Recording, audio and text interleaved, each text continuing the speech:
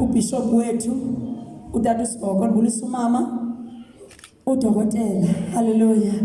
Umama bishop egameni lenkosi uJesu bulise abefundisi bonke, umama befundisi bulise otata abakhulu, bulise omama abakhulu ngokushiyana kwabo egameni lenkosi uJesu, bulise obhuti nosisi, bulise Sunday school, bulise abantu abatsha bonke egameni lenkosi uJesu, bulise ngokhethekileyo indwendwe zethu egameni lenkosi uJesu. Haleluya.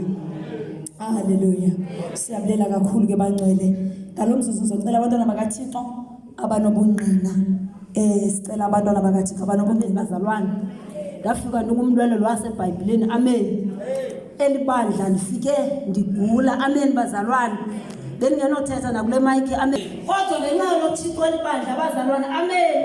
Ngiyambabaza kuyaphilwa kule nkonzo. Ufika ungumlwele uphile kube mhle. Amen bazalwane. Kulela amandla kaThixo ngegama likaYesu. Amen.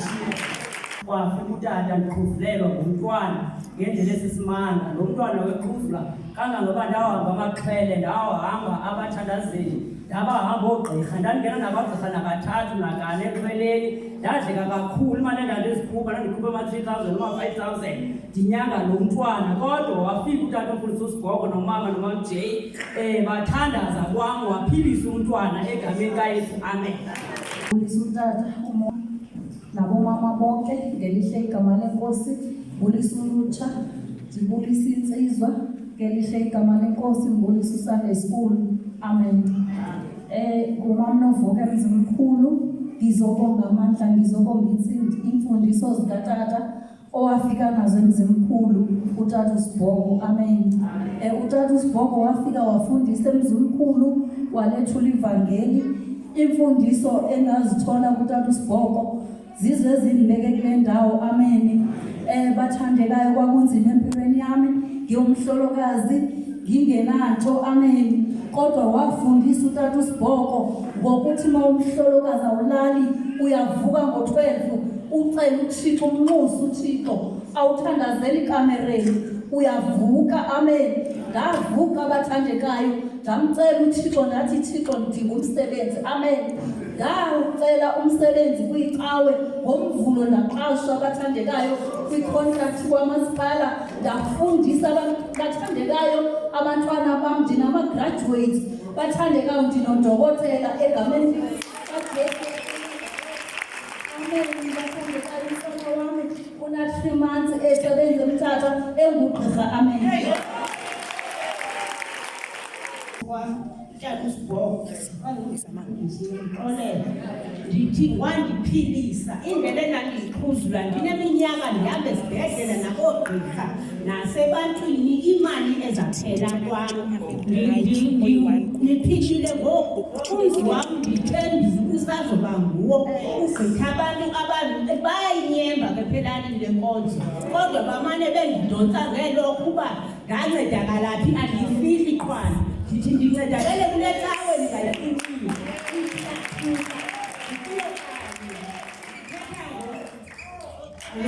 Abefundisi, izisebenzi, otata, omama, abantu abatsha Sunday school ngegama lenkosi. Amen. Ndingumama urhulumeni bangcwele osinisiweyo wafika kweli bandla likatata omfundisi uSibhoko ndingenabantwana, ndingenawo nomzi. Kwakungekho nento engathi kungakhanya ngenye imini, kodwa namhlanje ndinefemeli nabantwana ababini. Thixo ndisikelele ngabo ngenxa yale nkonzo. Nemoto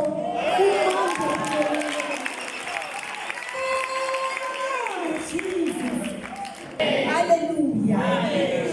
Ndithathele ithuba ndibulise utata uMongameli, ndibulise umama uMongameli, ndibulise nebefundisi bonke, ndibulise utata nomama ngoYesu Kristu sethu. Amen.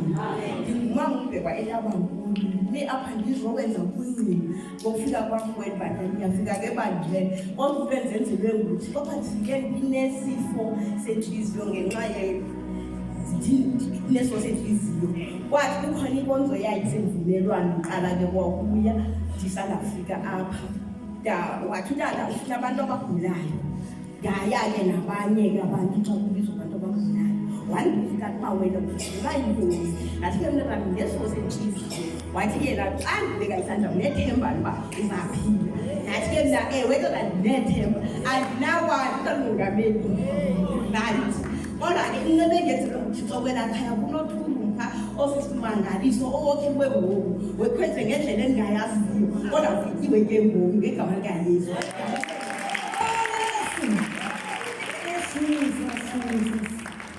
Hallelujah. Amen. Sawumongameli, umamongameli, befundisi bonke, izisebenzi zonke, otata bonke, omama bonke, abantu abatsha. Sandisule egameni likaYesu. Amen. Ndisinziwe bangcwele, ndingumama ungeke, ndingumntwana kaThixo. Ndizobonga uCobo egameni likaYesu kulakade sibonga. Ndafika apha ndidinga abantwana ndine-7 years ndingazali. Ndandibizwa ngoba ndilidlolo egameni likaYesu. Futhi ke bangcwele kwangekho themba futhi lalingekho. Ndanditshate nomyeni ke bangcwele kodwa khona not le nto ndishate naye mdala lelonkosikazi wokuqala waze wasweleka. So umuntu obenengxaki ibindim bangcwele ndim bengafumani bantwana kodwa ndibonga uThixo ngoba ndafumana umntana enkwenkwe ngenxa yojongo likatata umfundisi ufika kwakhe utata uSibongo. Ndafumana umntana enkwenkwe ndandinento ethe entliziyweni yam xa kushunyayelwa ndithi Thixo iqanda noba linye wayenento ethi ke yena ke kodwa uThixo yena uyakwazi ukudala into engekho ibe khona. Amaqanda wekho kodwa abakhona ugqirha ngumntu kodwa uThixo yena uyakwazi ubeka into. Ndibonga uThixo bangcwele ndinomntana wentombazana ongu-13 years oyinkwenkwe u-17 years egameni likaYesu. Amen. Ndibulisa utata udokotara wethu utata uSibongo, ndibulisa umama, ndibulisa umamzeyi, ndibulisa bonke abangcwele bakuYesu Kristu ngelenkosi igama Yesu Kristu. Luthetha apha udumile Bheusa ePort St John's kulala sembelengeni Nkosi kaManzi wangu. Ndisiwe ngiyamthanda uThixo. Ndaxolela izono ngeke ndibuye ngamva. Ndibulela kakhulu ibandla lase-Unity Revival Center. Ubungqina bam nje kukubulela kakhulu utata wethu uDr. uThixo waziphila kuye. Bazalwana bendisebenza ezimayini eLipompo. Ndathola i-car accident ndarola nemoto athi amapolisa xa ejonga i-investigation bathi irole 32 meters yayongena emfuleni phansi kwebloko kwiipilasi eziphansi kwebloko yaxaswa yiyo izentasetote emanzini. Kwaba nzima kakhulu ndadibana noogqirha njengoba bendisebenza ezimayini bathi oogqirha no limele i-spinal cord umqolo lo wonke limele. Ndanikwa izinto zokuxhasa apha emqolo corset ii-crushes. Xa bendiqala ukuza apha bendizihamba ii-crushes abantu beke bandibona. Ndadibana nodokotara wethu wandibeka izandla. Ndikhumbula kwimithandazo yakhe athi ndithi thambo mahlangane linye okungenzeki ebantwini kuyenzeka kuwe.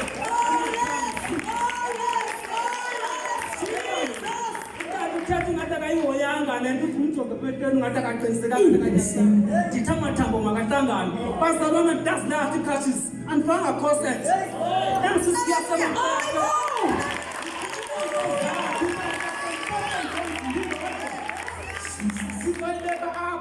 Athi le moto yakho le phinde bhemplesha abazalwane bamba ndodwa. I think usiwepasathe kuzapha is 2 hours and half an hour. Ndodwa ndiphilile bazalwane andina next umsebenzi wotata salungisa inyama ndiphilile bazalwane.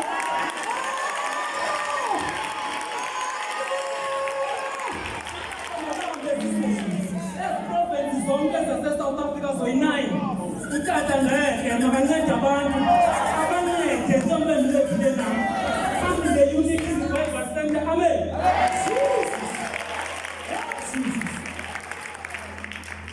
Hallelujah. Hallelujah. Bangcwele andithandi izinto ngoba ufota usenza yonke into kodwa kube kuhlele enhliziyweni yam ukuthi mandinikeze ubungqina. Amen. Inkonzo katata le sisuka kuyo ka-October. Utata wademonstrate amandla kaThixo. Wayeshumayela ngoPetros obamba umlwelo ogula. Wakuthi wambamba ngesandla waphila. Alibonge igama leNkosi. Wenza umzekelo wathi Nqele xa ndibamba isandla sakho uyaphila kwizifo onazo ngelo xesha kazikwele ndandibanjwe yi-alsa ngendlela esisimanga yayinkonzo kwakuba ndifasting ngayo ekuseni kungatyiwa kuthiwa makuthandazwe abantwana yandibamba ifaki le nto i-alsa ngendlela esisimanga engazange ndiyiqhele ngalaa mini kwakunzima kum yayingathi ngexesha eshumayelayo ndingabaleka ndibheke etholethi kodwa kwavuma uba mandiphume kwakuthi mandihlale eshumayela ngempiliso aleleligagalekhoseyo wazobamba isandla wasibamba isandla kumkadeke kabini okwesibini ndaphaa